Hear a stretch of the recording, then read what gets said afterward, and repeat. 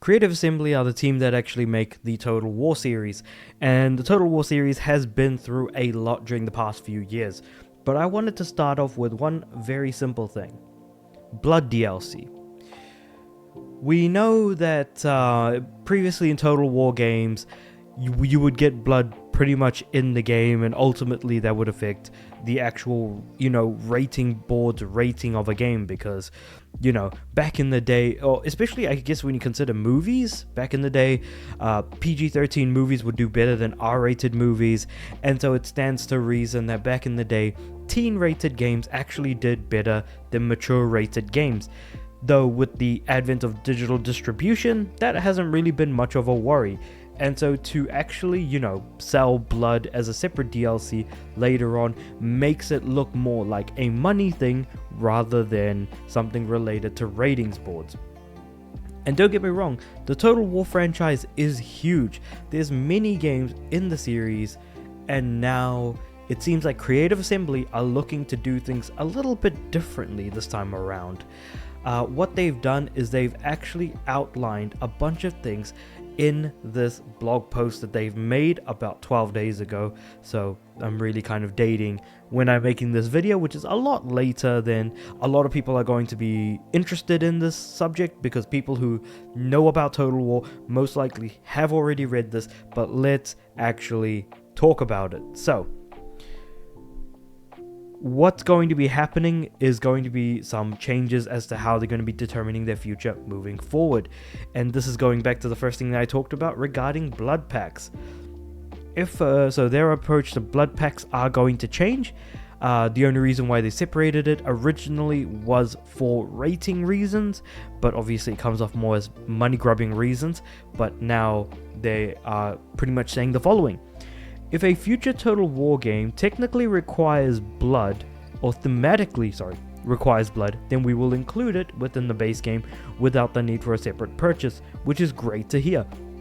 Because it feels like if you're adding something in after the fact and charging for it, it does have the air of it feeling like as if though, it feels like some element of the game was initially taken out and sold separately.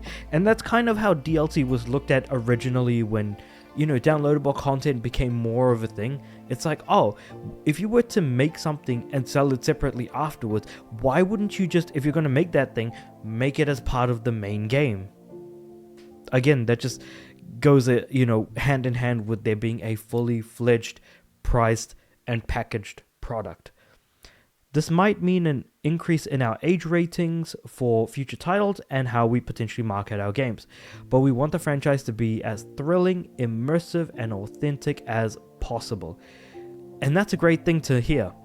So this is like a good change for the Total War franchise, because while I personally have not played as many Total War games, I have actually been following the franchise through other people, specifically content creators that I watch on YouTube, whether it be people like Angry Joe or the guys at Bellular. There's a lot going on, and I feel like Total War has been through quite a lot, especially in recent years, and why people and studios can probably take some lessons from Creative Assembly and actually be able to move forward in their own ways. The Total War launcher is going to be removed. I believe we all want a seamless Total War experience, and the launcher is a hindrance to that. We're working on a plan to remove its requirement, but want to ensure that we have a mod management system in place before doing so. I'm not sure when this is coming, but we are actively working on it.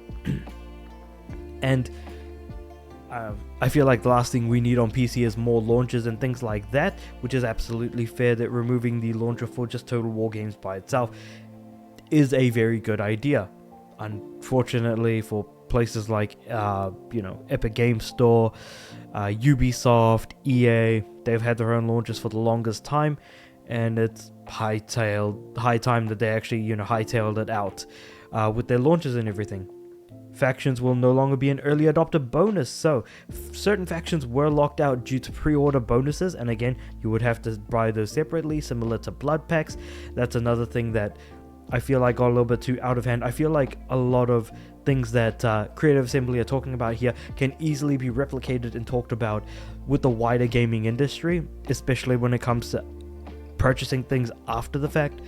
I am going to be releasing a video that gives a very brief overview of like how DLC has kind of been looked at over the past, because I think that is absolutely fascinating to see the normalization of something that people didn't want but companies did want, and the companies ultimately did end up getting their way because they filled the entire industry with abilities of being able to pay extra money for extra things that aren't physically tangible, and at the same time be able to take those things away from you whenever they feel or wish, whatever those companies might be considering shutting down service for online only games and things like that. But also the fact that when you bide your time enough, eventually the next generation of people that grow up with video games are going to find whatever the companies are doing normal, and the older folk are then going to look at the newer folks and be like, surely you can't be this dim-witted to fall for something that is obviously not worth it. But if younger people don't know any better, then, well, what can we, the older people, do in the grand scheme of things? All we can do is talk about the past and talk about how things used to be.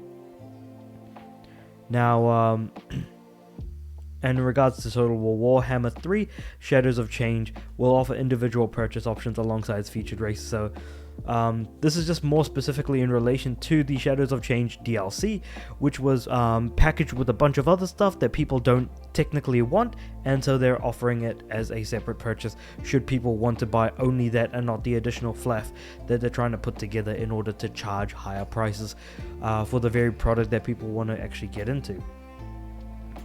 And so it's really easy to kind of, look at the stuff that Creative Assembly has said here and be able to, again, replicate that and talk about everything that's happening in the gaming industry as a whole.